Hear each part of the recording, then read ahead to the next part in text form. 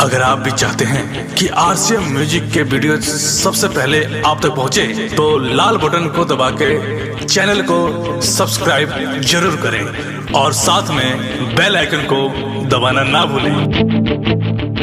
बोल बम बम बम बम बम जय श्री बोल बम बम बम बम बम जय श्री कि डीजे चप धमके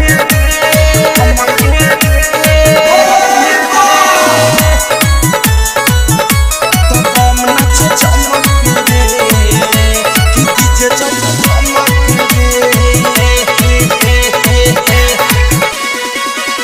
कि डीजे चप धमके तो बम नाचे चमके रे कि डीजे जब धमके रे कि डीजे जब धमके रे तो बम नाचे चमके रे कि डीजे जब धमके रे बाजे भोला जी के गाना भोल सभे बाती भाना बोले ला नारा बोल बम के रे। ओए ऑपरेटर बंद गाना क्यों बंद कर रहे भाई? आप उनका मजाक किरकिरा हो गया, बीच में गाना नहीं बंद करने का, समझा क्या? गाना चालू कर भाई, ये गाना चालू कर जल्दी भाई, भोले बाबा का गाना जल्दी चालू कर भाई। ए बम गरमाइए मत मामा, अभी हम चालू करते हैं। थोड़ा जनरेटर एयर ले लिया था बम, सॉरी इसके लिए। अभी हम तेल रह के जनरेटर चालू करते हैं। काहे नहीं के होत रे?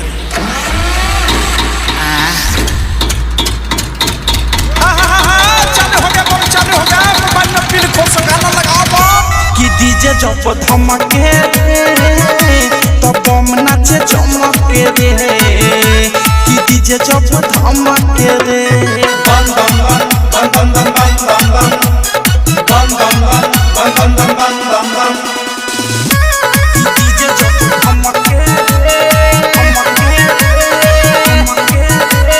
गेरुआ कलर में सभे रंगाई कान्हे पर शोभे कावड़ा नाचत गावत जस भोला नगरिया गुंजता सगर डगरा गुंजता सगर डगरा गेरुआ कलर में सभे रंगाई कान्हे पर शोभे कावड़ा नाचत गावत जस भोला नगरिया गुंजता सगर डगरा माथे बांधी के पगरिया जो भरी के गगरिया भुला के सभे अपन गम के रे कि डीजे जब धमके रे तो बम नाचे चमके रे कि डीजे जब धमके रे।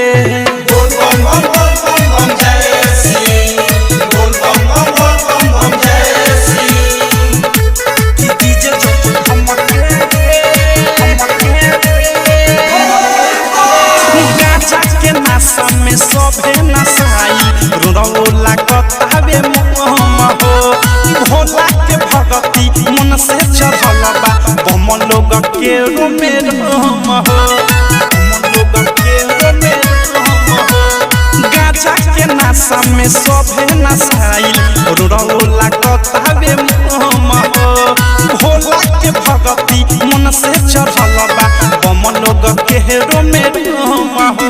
राइटर भी विशाल अनुराग जाता ये हो साल प्रेमी औधस बात साह खूबे चमके कि डीजे जब धमके तो बम नाचे चमके रे कि डीजे जब धमके रे कि डीजे जब धमके तो बम नाचे चमके रे कि डीजे जब धमके रे कि डीजे जब धमके तो बम नाचे चमके रे कि डीजे जब धमके रे बाजे भोला जी के गाना भोल सभे बाती भाना बोले ला नारा बोल बम के रे कि डीजे जब धमके रे तो बम नाचे चमके रे कि डीजे जब धमके रे। डायमंड रिकॉर्डिंग स्टूडियो छौड़ा दाना।